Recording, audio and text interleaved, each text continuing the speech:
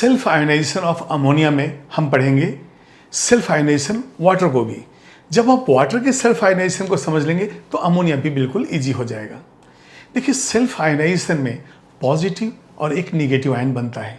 यदि हम water molecule ले लें तो एक वाटर मॉलिक्यूल जो है प्रोटॉन देता है और दूसरा वाटर मॉलिक्यूल प्रोटॉन लेता है। अब जो ब्राउनस्टेड एंड लॉरी थ्योरी है वो कहता है कि जो आयन या मॉलिक्यूल प्रोटॉन दे दे तो वो हो जाएगा ब्राउनस्टेड एसिड, और जो प्रोटॉन को ले ले वो कहलाएगा ब्राउनस्टेड बेस। तो अब पहले हम यहाँ देखेंगे कि ये ब्राउनस्टेड एसिड जो है हम इसको कहेंगे प्रोटॉन। प्रोटॉन जो है हमारा H+ है, ये डोनर है। अब देखिए, हाइड्रोजन एटम से यदि आप एक इलेक्ट्रॉन को निकाल दें तो जो बचेगा वो तो न्यूक्लियस है, उस न्यूक्लियस के अंदर एक प्रोटॉन है, तो जो H+ आयन है वही हमारा प्रोटॉन है। तो जो प्रोटॉन दे रहा है, प्रोटॉन डोनर है, वो ब्राउनस्टेड एसिड। इसी तरह से हम देखेंगे कि यदि मान लिए ब्राउनस्टेड हम बेस लेंगे तो ये हो जाएगा प्रोटॉन एक्सेप्टर। तो अर्हेनियस थ्योरी अलग है, ब्राउनस्टेड थ्योरी अलग है, लीविस थ्योरी भी अलग अलग है। हम यहाँ पे ब्राउनस्टेड थ्योरी की बात कर रहे हैं जो इन टर्म्स ऑफ प्रोटॉन ही कोई चीज़ एक्सप्लेन करेगा। अब यहाँ पे देखिए, यदि किसी ने एक प्रोटॉन ले लिया तो प्रोटॉन लेने के बाद वो तो प्रोटॉन रिच हो गया, तो वो तो अब कैपेबल है एक प्रोटॉन देने के लिए, तो वो जो है कहलाएगा कॉन्जुगेट एसिड। तो यहाँ पे हम देखेंगे, यदि मैं एक वाटर मॉलिक्यूल ये लेता हूँ और एक दूसरा वाटर मॉलिक्यूल लेता हूँ, और यहाँ पे हम देखेंगे ये वाटर मॉलिक्यूल यदि प्रोटॉन दे रहा है, देखिए प्रोटॉन क्या है, H+ आयन, लेकिन Bronsted theory is in terms of proton, इसलिए ब्राउनस्टेड एंड लॉरी थ्योरी का नाम है प्रोटॉनिक थ्योरी, जो आप एसिड्स एंड बेसिस या आयनिक इक्विलिब्रियम में आप पढ़ेंगे। तो यहाँ पे यदि मैं कहूँ ये है एसिड, और कौन सा एसिड, ये ब्राउनस्टेड एसिड। अब यदि ये प्रोटॉन दे दे, ये प्रोटॉन जो है ये किसको दे रहा है, इस वाटर मॉलिक्यूल को दे रहा है, ये प्रोटॉन हमारा क्या है, H+। अब इसने प्रोटॉन दे दिया तो बचा क्या इसके पास, ये बचा OH-, और जब H2O ने एक प्रोटॉन ले लिया तो यहां पे क्या बना, H3O+। तो ये देखिए, ये प्रोटॉन डोनर है इसलिए हो गया एसिड, और देने के बाद जो बचा, अब ये बताइए OH- है, अब इसके पास तो एक प्रोटॉन का शॉर्टेज है, तो ये क्या करेगा, कहीं से प्रोटॉन लेने की कोशिश करेगा, तब ये कहलाएगा, प्रोटॉन ले लिया तो ये बेस कहलाएगा, लेकिन इस एसिड से बना है इसलिए इसका नाम हो जाएगा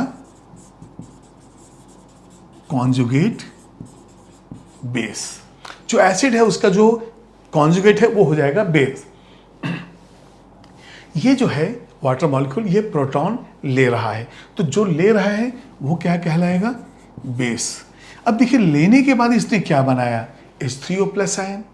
अब H3O+ आयन जो है इसके अंदर प्रोटॉन रिच है, इसमें एक प्रोटॉन एक्स्ट्रा है, तो ये प्रोटॉन किसी को दे सकता है, मतलब ये एसिड के जैसा बात करेगा, एसिड के जैसा बिहेव करेगा, इसलिए हम क्या कहेंगे, इस बेस का ये कॉन्जुगेट एसिड है।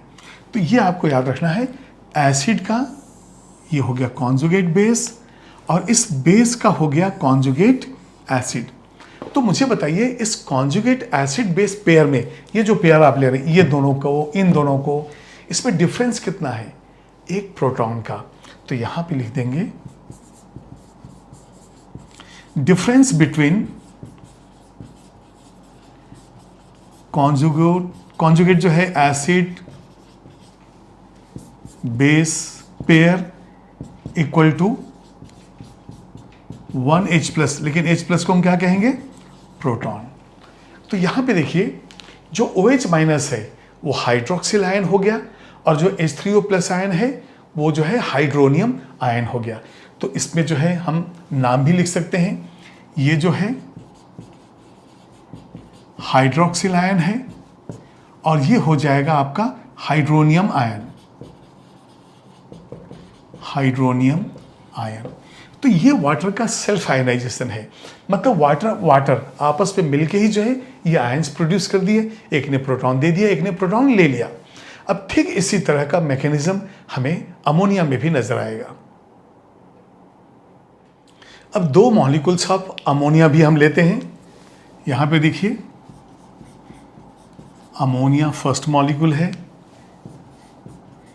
ये सेकेंड मॉलिक्यूल है, और यदि इसको हम नाम देते हैं एसिड, कौन सा एसिड?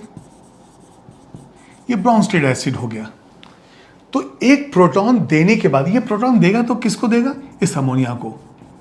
ये जो है प्रोटॉन दे रहा है, ये प्रोटॉन ही हमारा H+ है। तो एक पॉजिटिव आयन, देखिए जब प्रोटॉन एक चला जाता है, पॉजिटिव आयन चला गया, तो उस आयन के ऊपर नेगेटिव आयन क्रिएट होता है। जैसे कि H2O ने जब प्रोटॉन दिया तो OH- बना, जिसको हमने कहा हाइड्रोक्सिल आयन।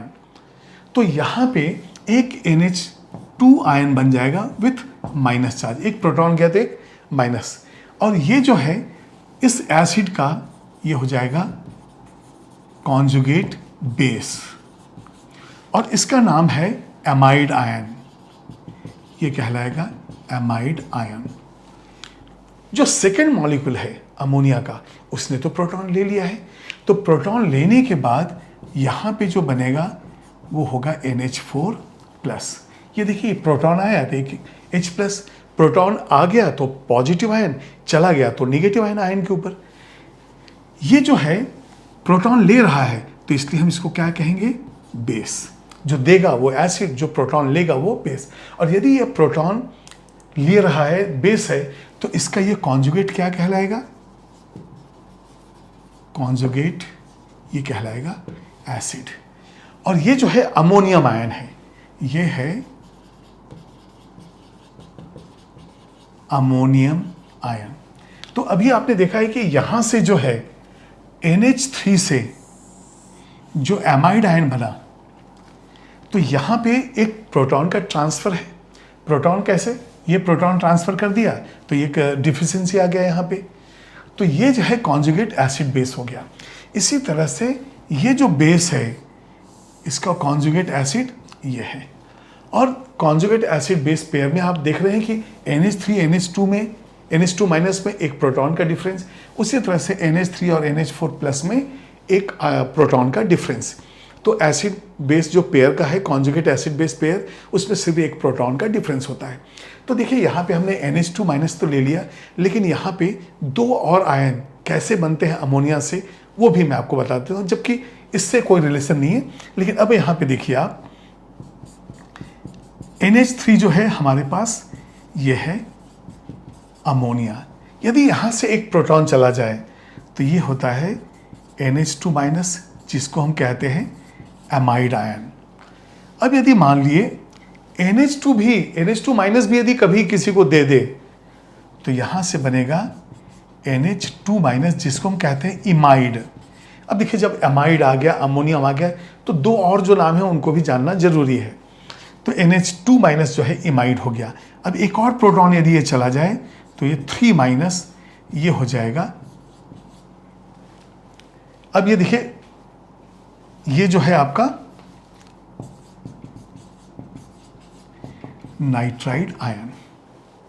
इस तरह से जो है ये N3- बन गया। अब यहां पे एक और जो मैं लिख रहा था N3-, यदि हम N3- करेंगे तो ये हो जाता है एजाइड आयन। बिल्कुल समझ में आए? तो ये पहले N3- हम नाइट्राइड लिख लेंगे, तो उसके बाद N3- मतलब 3 नाइट्रोजन एक चार्ज, ये हो गया एजाइड आयन। अब NH4+ बचा हुआ है, तो NH4+ को हम लिखते हैं अमोनियम आयन। तो ये आप नोट कर लीजिए, ये आयंस भी हमारे कहीं ना कहीं डिस्कशन में आने वाले हैं। अमोनिया, एमाइड, इमाइड, नाइट्राइड, एजाइड और अमोनियम आयन।